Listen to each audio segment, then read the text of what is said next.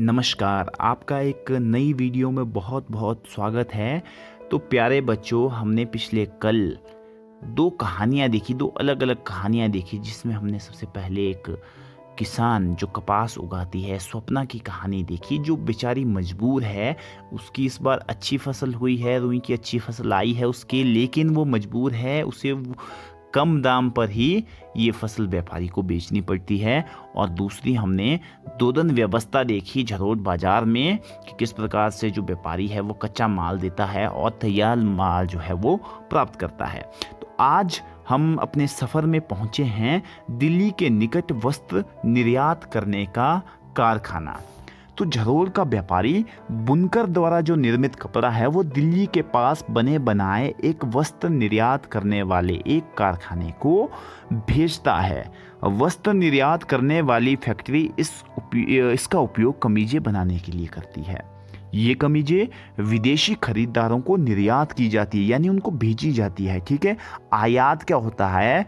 आयात और निर्यात ये 2 चीज़ें हैं। आयात यानी जब हम किसी दूसरे देश से चीज़ें अपने देश में लाते हैं, उसे आयात कहते हैं। और निर्यात है जब हम अपने देश में बनी वस्तुएं दूसरे देशों को भेजते हैं, उसे हम निर्यात कहते हैं। तो ये कमीजें भी विदेशी खरीदारों को निर्यात की जाती है। कमीजों के विदेशी ग्राहकों में अमेरिका और यूरोप के ऐसे व्यवसायी भी हैं जो स्टोर्स की श्रृंखला चलाते हैं। ये बड़े बड़े स्टोर के स्वामी केवल अपनी शर्तों पर ही व्यापार करते हैं। वे माल देने वालों से न्यूनतम मूल्य पर माल खरीदने की मांग करते हैं। साथ ही वे सामान की उच्चतम स्तर की गुणवत्ता और समय पर सामान देने की शर्त भी रखते हैं।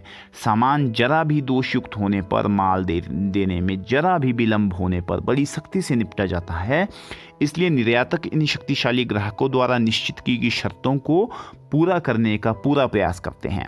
ग्राहकों की ओर से इस प्रकार के बढ़ते दबावों के कारण वस्त्र निर्यात करने वाले कारखाने खर्चे में कटौती करने का प्रयास करते हैं। वे काम करने वालों को जहां तक संभव हो सके न्यूनतम मजदूरी देकर अधिकतम काम लेते हैं। इस तरह से वे अपना लाभ तो कमाते ही हैं और विदेशी ग्राहकों को सस्ते दामों पर वस्त्र भी देते हैं। तो अब देखेंगे हम एक उदाहरण और देखेंगे। एक फैक्ट्री का उदाहरण है। इम्पैक्स गारमेंट फैक्ट्री में 70 कामगार हैं। उनमें से ज़्यादातर महिलाएं हैं। इनमें से अधिकतर कामगारों को अस्थायी रूप से काम पर लगाया गया है। इसका आशय यह है कि जब भी फैक्ट्री मालिक को लगेगी कामगार की आवश्यकता नहीं है, वो उसे जाने को कह सकता है। कामगारों की मजदूरी उनके कौशल के अनुसार तय की जाती है। काम करने वालों में अधिकतम वेतन दर्जी को मिलता है, जो लगभग 3,000 रुपये प्रति महीना कमाता है। स्त्रियों को सहायक के रूप में धागे काटने, बटन टाँकने, इस्त्री करने और पैकिंग करने के लिए काम पर रखा जाता है। इन कामों के लिए उन्हें न्यूनतम मजदूरी दी जाती है। यहाँ पर आप एक चार्ट देख सकते हैं जहाँ पर मजदूरी का भुगतान दिखाया गया है कि दर्जी को प्रति माह 3,000 रुपये मिलते हैं। इस्त्री करना 1.50 प्रति पीस, जांच करना 2,000 रुपये प्रति माह, धागे काटना व बटन लगाना 1,500 रुपये प्रति माह। ठीक है।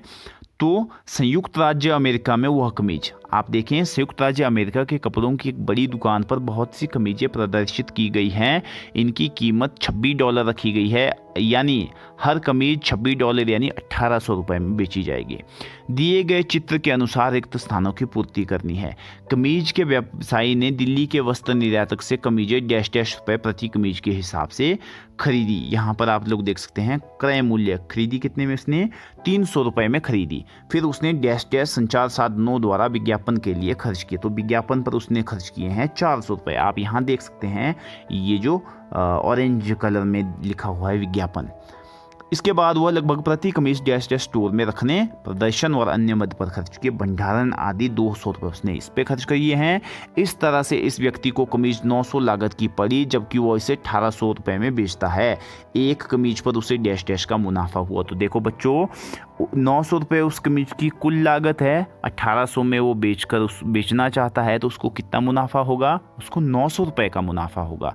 तो वो जितनी अधिक संख्या में कमीजें बेचेगा उसे उतना ही लाभ होगा। मान लीजिए वो एक कमीज बेचता है तो उसे 900 रुपये का लाभ होता है, 5 कमीजें बेचता है तो 4500 रुपये का लाभ हो रहा है। अगर 10 कमीजें बेच रहा है तो 9000 रुपये का लाभ हो रहा है। इसी प्रकार से जो लाभ है वो जैसे जैसे बेचने वाली जो संख्या है, बेचने वाली कमीजों की संख्या बढ़ेगी, वैसे वैसे उसका जो मुनाफा है, उसका जो लाभ है वो भी बढ़ेगा। वस्त्र निर्यातक ने 300 रुपये प्रति कमीज के हिसाब से कमीजें बेची। कपड़ा व कमीज में लगने वाले अन्य कच्चे माल का मूल्य 100 रुपये प्रति कमीज से हिसाब से पड़ा। कामगारों की मजदूरी 25 रुपये प्रति कमीज और कार्यालय चलाने का खर्चा 25 रुपये प्रति कमीज की दर से हुआ। क्या आप वस्त्र निर्यातक को प्रति कमीज पर मिलने वाले लाभ की गणना कर सकते हैं? तो ये आपने खुद करना है, आपने कैलकुलेट करना है कि उसको कितना लाभ होगा। फिर है बाजार में लाभ कमाने वाले कौन हैं? तो बाजारों की एक श्रृंखला रुई के उत्पादनकर्ता को सुपरमार्केट के खरीदार से जोड़ देती है। इस श्रृंखला की हर एक कड़ी पर खरीदना और बेचना होता है। आइए फिर से याद करें कि वे लोग कौन कौन से हैं जो खरीदने और बेचने की इस प्रक्रिया में सम्मिलित थे।